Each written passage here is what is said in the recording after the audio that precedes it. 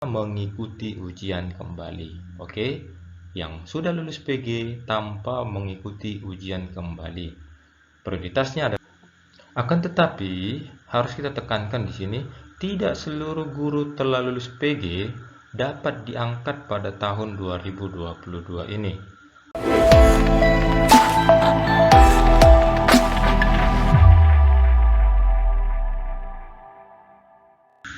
Halo para sobat semuanya, apa kabar? Semoga kita dalam keadaan sehat. Dan jangan lupa tetap dukung channel ini agar semakin semangat berbagi info pendidikan, info P3K, PPG, dan info lainnya. Tetap dukung channel Sobat Beken. Kali ini kita mengenai info terbaru dalam seleksi guru ASN P3K tahun 2022. Apa info terbarunya? Langsung terdapat 3 jenis. Tiga jenis mekanisme seleksi guru ASN P3K di tahun 2022 ini. Yang pertama ini penyelesaian. Mekanisme penyelesaian. Yang kedua, seleksi kesesuaian ataupun verifikasi untuk 724.029 guru honorer negeri. Dan yang ketiga, mekanisme seleksi atau tes. Nah, dalam mekanisme pertama ini, penyelesaian 193.000 guru lulus passing grade. Maksudnya adalah penyelesaian daripada guru yang lulus passing grade. Penempatan individu yang telah lulus nilai ambang batas pada seleksi tahun 2021 di tempat tugasnya masing-masing atau di satuan pendidikan yang membutuhkan. Pesertanya itu adalah guru yang lulus PG pada seleksi tahun 2021, termasuk THK 2, guru sekolah negeri, lulusan PPG, dan guru swasta. Nah, ini mekanisme penyelesaian agar 193.000 guru lulus passing grade ini terakomodir di formasi yang membutuhkan. Jadi jika masih tersedia, maka diadakan mekanisme yang kedua, yaitu seleksi dilakukan dengan mempertimbangkan dimensi kompetensi profesional, pedagogik, sosial, dan kepribadian. Pesertanya itu adalah THK 2 dan guru honorer negeri di atas 3 tahun terdaftar pada Dapodik. Nah, ini mengenai kesesuaian. Nanti apa itu mengenai kesesuaian ini? Nah, jika masih tersedia, diadakannya mekanisme yang ketiga dengan tes mempertimbangkan kompetensi teknis, kompetensi manajerial, dan sosial kultural. Pesertanya guru honorer negeri di bawah 3 tahun terdaftar di Dapodik, lulusan PPG, guru honorer swasta yang terdaftar pada Dapodik. Nah, ini mengenai 3 jenis mekanisme dalam seleksi guru ASN P3K. Selanjutnya, mekanisme penempatan guru lulus PG tahun 2021. Nah, ini mekanisme yang pertama. Nah, ini sama halnya seperti penjelasan di sebelum-sebelumnya ataupun sudah banyak beredar, kita lihat tetap berdasarkan kebutuhan dan kuota yang tersedia di daerah tanpa mengikuti ujian kembali.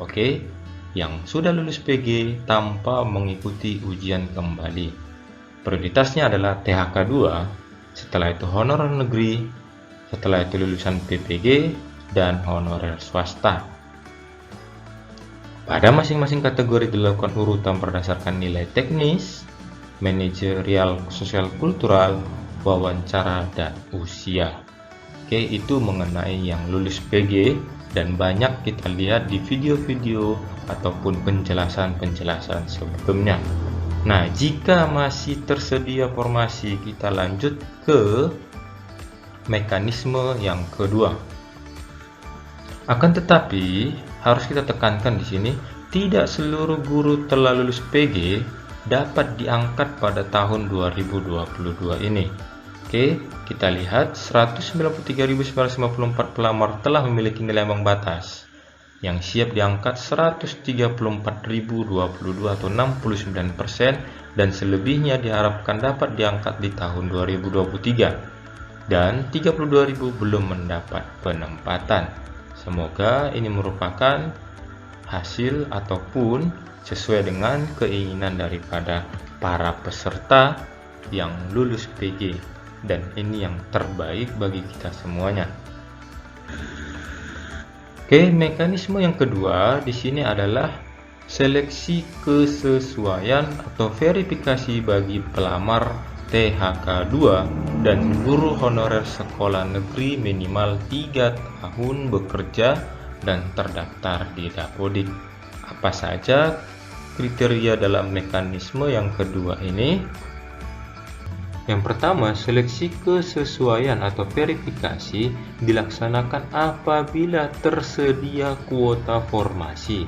Oke, intinya di sini adalah masih tersedia kuota formasi. Selanjutnya, pada seleksi ini dilakukan dengan menilai kesesuaian 4 dimensi. Oke, apa saja? Kualifikasi akademik atau sertifikat pendidik, pastinya sarjana atau S1, D4, lalu kompetensi teknis, profesional, pedagogik, sosial, kepribadian, kinerja, orientasi pelayanan, komitmen, inisiatif kerja, kerjasama, lalu pemeriksaan latar belakang, perundungan, kekerasan seksual, nafsa atau narkoba, psikotika dan zat adiktif, intoleransi, dan yang terakhir itu adalah seleksi wawancara. Mengenai seleksi penilaian kesesuaian ini, penjelasannya adalah setiap pelamar harus memiliki akun SSC-ASN.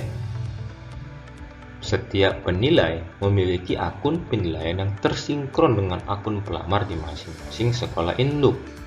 Akun pelamar akan dibaca oleh penilai atau observer untuk memberikan penilaian.